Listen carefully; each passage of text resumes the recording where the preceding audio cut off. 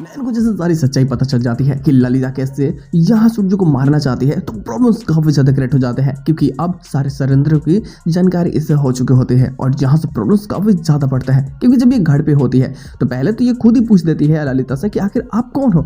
मुझे पता है कि आप सूर्य की असली माँ नहीं हो, लेकिन वो बोलती कि नहीं मैं ही सूर्य की असली माँ हूँ।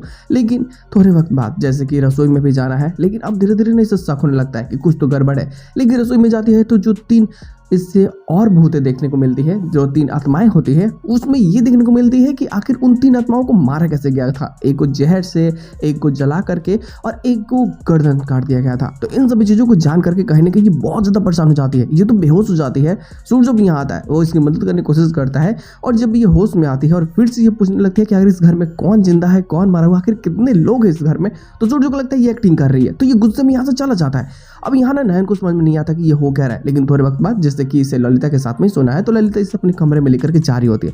ये जैसे जैसे आगे बढ़ती है इसके साथ में कुछ खूनी पैर के निशान भी चल रहे होते हैं।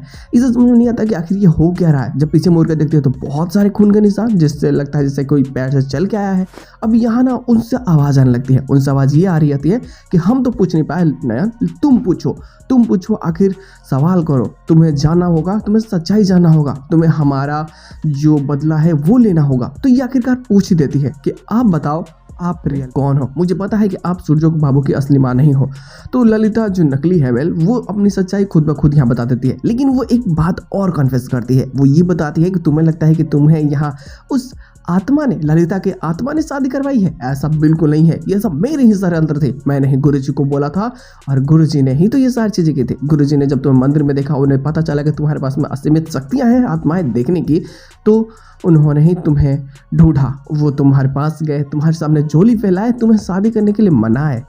इसमें और किसी का हाथ नहीं, ये सारा प्लानिंग मेरा था। अब यहाँ ना इन सभी चीज़ों को जानने के बाद में नयन को लगता है कि बस ये फंस चुकी, अब यहाँ से इसका बच पाना नामुमकिन है। इसे समझ नहीं आता कि ये क्या करे, कैसे सूर्य को बचाए। लेकिन जैसे कि सॉली ने इसे सिर्फ 7 दिन का समय दिया होता है कि 7 दिन बाद मैं तुम्हें खुद मार दूंगी और सूर्य को भी मार दूंगी, तो ये बहुत परेशान होती है। लेकिन अब तो इसे और ज़्यादा कम समय मिल जाता है। जो ललिता उसे बता देती है कि तुम्हें मैंने यहाँ अपने काम के लिए लाया है और जैसे मेरा काम पूरा होगा मैं तुम्हें यहाँ से जाने दूंगी। लेकिन ये जाने दूंगी का मतलब होता है मार दूंगी, क्योंकि देखो वेल वो सूर्य की पत्नी बना चुकी है। सूर्य को मारने से पहले सारी प्रॉपर्टी वेल यहाँ नयन के हाथ में होएगा और जब नयन के हाथ में सभी प्रॉपर्टी आ जाएगी तो वो ललिता यानी जो नकली ललिता है वो अपने पास में डाइवर्ट करवा लेगी और बस यही सारी प्लानिंग उसकी होती है। क्योंकि वेल उसको पता है कि डाकू जो बुआ है, इन सभी को भी पता है कि सूर्य की प्रॉपर्टी छीनना आसान नहीं है। वो लोग भी षड्यंत्र बना रहे होते हैं, लेकिन ये थोड़ी ज्यादा बाजी मानना चाहती है और बस यही सारी चीजें चक्कर में अब जो सारी सच्चाई बता देती है तो यहाँ नयन और ज्यादा ही सतर्क हो जाती है। लेकिन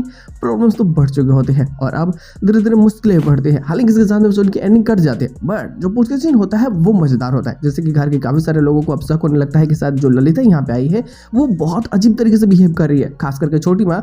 तो वो नयन से पूछ लेती है कि एक बात बताओ, तुम्हें जो पहले तुमने जिस ललिता को देखा था और अभी तुम जिस ललिता से मिल रही हो, क्या दोनों में कुछ डिफरेंस है, कुछ चेंजेस तुम्हें देखने को मिल रहे हैं? तो बताते हैं कि हाँ चेंजेस देखने को मिल रहा है, लेकिन ये सच्चाई बता नहीं सकते क्योंकि अगर ये सच्चाई बताएगी तो ना चाहते हुए भी इससे अपने आंखों के सामने सूर्य को मरते हुए देखना पड़ेगा। तो कैसे ये रोकेगी इस नरसंहार को? मजा आने वाली है जो स्टोरी को कॉम्प्लिकेटेड बनाएगी।